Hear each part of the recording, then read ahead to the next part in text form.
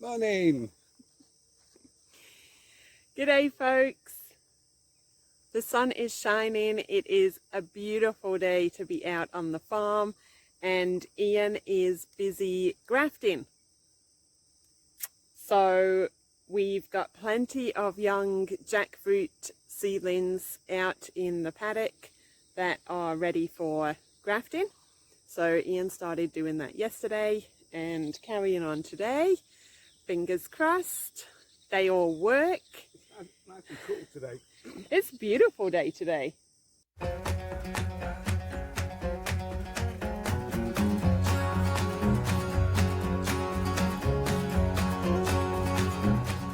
So we try and do most of our grafting in the field.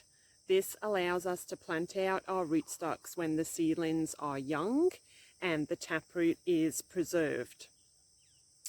The plants then are root bound when they get planted out. They've got a nice healthy root system, stable root system, so less susceptible to high winds given that we live in a cyclone prone area.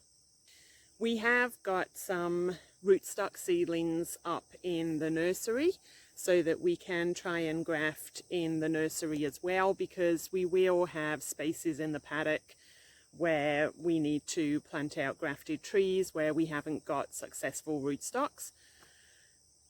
And the only disadvantage with that is that we have to grow the rootstocks in the pots in the nursery until they are big enough to be able to graft. And the risk with that is that the plant becomes root bound. For that reason, we are using special pots that allow for air layering of the roots and bigger pots to allow the root system to hopefully not become root bound. But ideally, it is better if we can field graft the jackfruits, which Ian has really good success with, so that's handy. Most of our grafting is done using the bud grafting technique, and it goes without saying that to maximize your chance of success when grafting, you need to be using healthy scions from your mother tree and healthy rootstocks that you're grafting onto. We've certainly found that bud grafting has been our most successful, although we will occasionally use wedge grafting or cleft grafting as well. Now let's talk about some of the grafting tools that you're going to need if you want to go and have a go at grafting. This is what we use. Obviously you're going to need a set of pruners because you need to go and select the scion wood from your mother tree. Make sure that your pruners are sharp and clean before you start grafting, and then when you've finished, especially with some of the tropicals because they have a high sap content. So clean, sharp pruners. You'll also need a grafting knife. I do recommend that you spend the extra money to get a good quality grafting knife. The more expensive ones, the higher quality ones, I suppose you might say, tend to have a higher carbon content, which means that they will stay sharp for longer. So definitely worth investing in a good quality one. You can also get left and right-handed grafting knives, so make sure you know which one you're getting. Obviously sharpen that as well before you start and clean it. So you'll need some sharpening tools, sharpening blocks, whatever your preference is to sharpen your implements with, and we use isopropyl alcohol as the cleaning agent. Now when you're grafting, as we've said, you're going to select your scion wood from your mother tree, and then you're going to attach that by whichever grafting method you choose onto your rootstock. So for this we use grafting tape. This grafting tape, just regular grafting tape that you'll find in your garden centres, hardware stores. It's quite strong, but it has got a little bit of stretch to it so that you can get that tension. We use this to secure our scion wood to our rootstock. Now when we've done that, we then go in and cover the graft union with parafilm. So this is the box that the parafilm comes in. It's laboratory film. They use it in labs. We use it on trees. So it comes in a roll.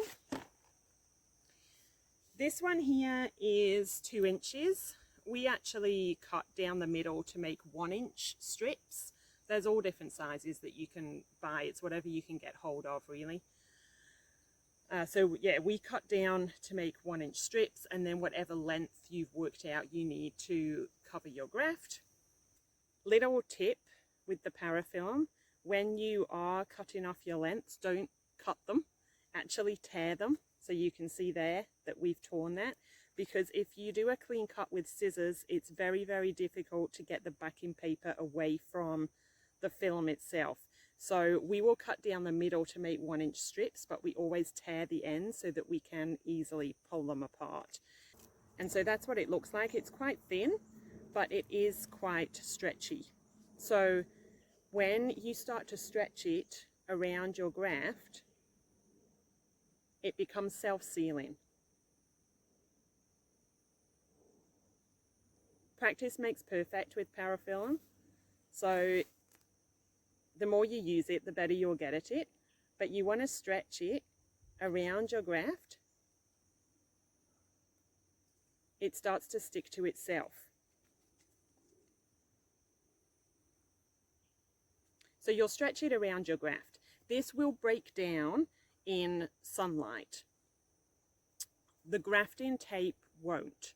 So we field graft, as we've said, and we use parafilm, and it will break down over time, so we don't have to worry too much about going around and taking it off. But the grafting tape we do once the graft is established. We'll go around and take the grafting tape off, but the parafilm will just break down.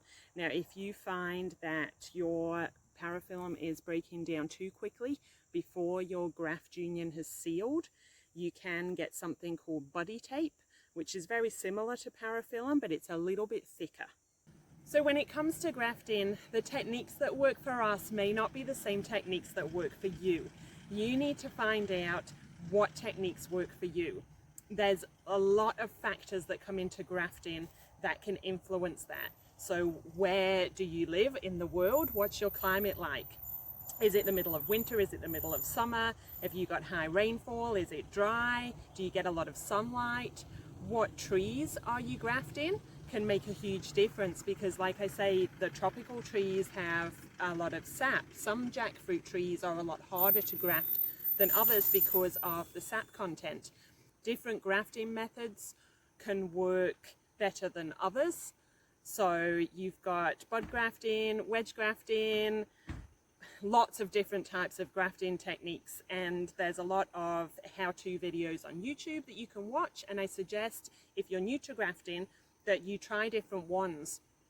It can also come down to your confidence level when grafting, and that goes for the different methods as well. So you might be really confident doing bud grafting, but less confident in your technique doing wedge grafting, and that can significantly contribute to your success or failure. So it's all trial and error, it's experiment, it's try and try again. And we went through this ourselves with the different techniques to use, and what time of the year are we better to graft? Do we graft in the field? Do we graft in the nursery? Do we use parafilm? Do we use buddy tape? All these different things come into it, and you probably will have some failures, but what's really important is that when you do have those failures, that you look to see, can I work out what went wrong? Was it that all my wedge grafts fail but my bud grafts work, in which case that's probably the way that I need to go? Did my parafilm break down too quickly? Did the graft dry out because I didn't seal it properly? Or did I subject it to water and it got too wet? There's all these different variables that can influence your success or failure rate, but most importantly, don't give up. Just keep trying. So we've just come up to the nursery where our seedlings are to see if we've got any more that we can graft in the nursery. So come on in. So what we're going to do now is try and select which ones are suitable for grafting. So as you can see, if we were to compare these two, this one is still quite skinny. Some are more vigorous than others, and so this one needs to grow on a little bit more. But if you look at this one next to it, it's grown really well, and it is the right sort of thickness for grafting. So we want them to be about pencil thick, I suppose, when we go to graft them. So this is one that we will put to one side, ready for grafting. Looks like there are a couple more over here.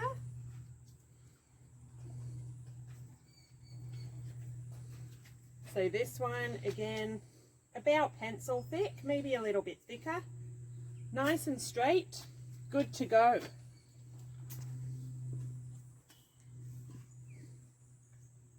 And possibly this one. So when we graft, we do try and graft by the phases of the moon. And Ian has shown this in one of our previous videos, where we will use what's called the moon calendar. So you find out when the new moon is for the month and put that into the right position on the calendar, and then it tells you when is the best time for grafting, when's the best time for fertilizing, root crops, above ground crops, all sorts of things. But there's definitely a window where it is supposed to be more successful when you've lined up your calendar right. So we do try and graft by the moon if possible. It's not always possible, especially when we are field grafting, because we have to take the weather into consideration as well. But if all the stars align, we will try and do it as per the moon calendar. And right now we are in the good grafting period, so hence why we are going to sort all of these out and get grafting tomorrow. That's the end of this video, guys, but thank you so much for watching. I hope you enjoyed it, and we will see you in the next one. Don't forget, if you enjoyed this video, please give it a big thumbs up.